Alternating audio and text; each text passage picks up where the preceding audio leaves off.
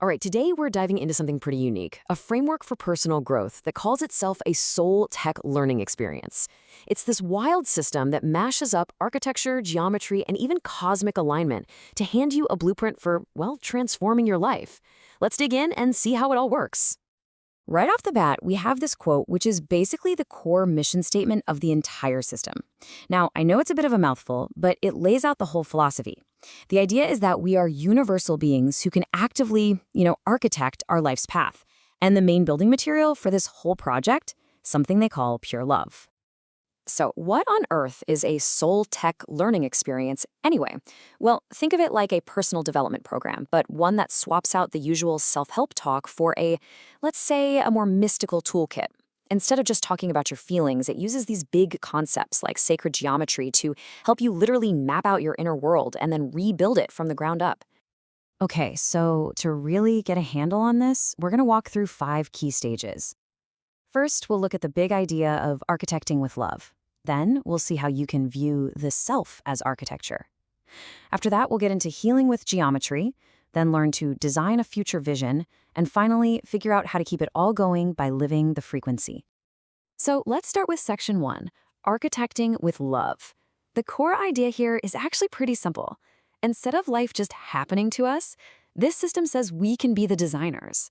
It proposes that love isn't just a feeling, but it's the actual structural material. The foundation, the beams, the whole framework that we can build our lives with. And that brings us right to section 2, the self as architecture. I mean, just like any building project, right? Before you can build something new, you have to survey the land and understand the structure that's already there. This whole stage is about creating a personal blueprint by mapping out your own inner world. The very first step, and this is a big one, is a total shift in how you see yourself. You're encouraged to stop seeing your thoughts, your emotions, your past wounds as just these random, messy feelings. Instead, you start to see them as a coherent, mappable structure, like an inner architecture that you can actually navigate and understand.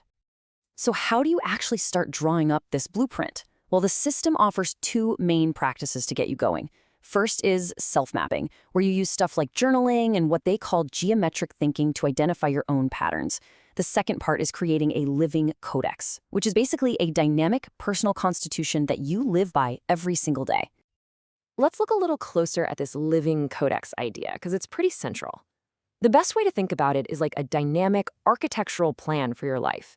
It's not some static document you write once and then forget about. No, it's a living guide that kicks off with a single intention and then gets reinforced and built upon through daily rituals.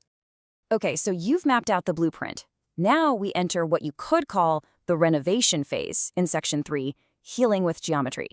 The goal here is pretty straightforward, to repair and realign any parts of your inner structure that are shaky so you can create a really solid foundation for whatever you want to build next. Now, this right here shows a really core philosophical shift in how this system looks at healing. Normally, we think of trauma as an emotional wound, right? Well, here it gets reframed as a structural problem, like a disruption in your personal geometry or your energy patterns. So healing isn't just about feeling better, it's about restoring your actual structural integrity. And to do this kind of structural realignment, the system gives you a whole toolkit. It's got body-based exercises, breathwork to rebuild what it calls your soul structures, and meditations focused on sacred shapes like mandalas and spirals. It even includes rituals like symbolically writing and burning ancestral contracts to release old inherited patterns. One of the most unique tools in the box is something called forgiveness geometry. Now, this isn't just about saying, I forgive you.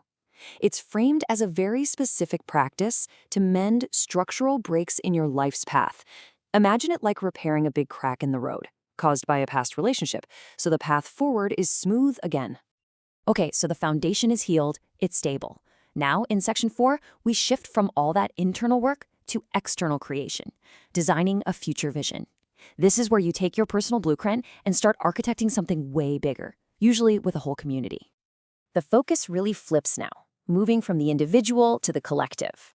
The same principles you use to map your own inner world are now applied outward. The goal isn't just about your own healing anymore. It's about building a shared, communal architecture with other people.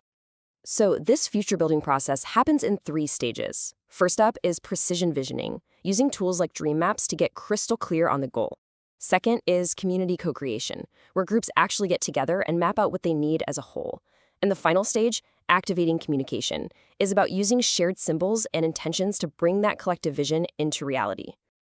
So those healing hubs we just mentioned, they're the real, practical spaces where all this collaboration happens. You can think of them as dedicated groups or workshops, circle containers, where a community can come together to dream up and actually design their shared future. And that brings us to our final section, living the frequency. This is all about the upkeep, the maintenance. It's about how you live day to day inside this new structure you've built, embodying its principles and making sure it stays strong. This last part really redefines the whole concept of love.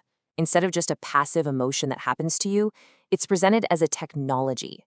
It's seen as the highest form of architecture, an active, structural force that you can consciously use to build, to align, and to create. Now, to maintain this architecture, the system offers tools for your daily alignment. This means having consistent rituals, practicing what's called emotional hygiene, which is kind of like clearing out negative thought patterns, and maintaining strong energetic boundaries to protect your focus. So what's the ultimate goal of all this building and maintaining? It's to become a living pathway. The idea is that your own life, guided by your personal codex, becomes such a clear example that it acts like a light bridge, helping to guide other people on their own journeys. And that leaves us with the big question at the heart of this whole philosophy. If we actually treated love not just as a passing feeling, but as the primary structural force we build with, what kind of world could we truly architect? It's a pretty powerful thought to sit with.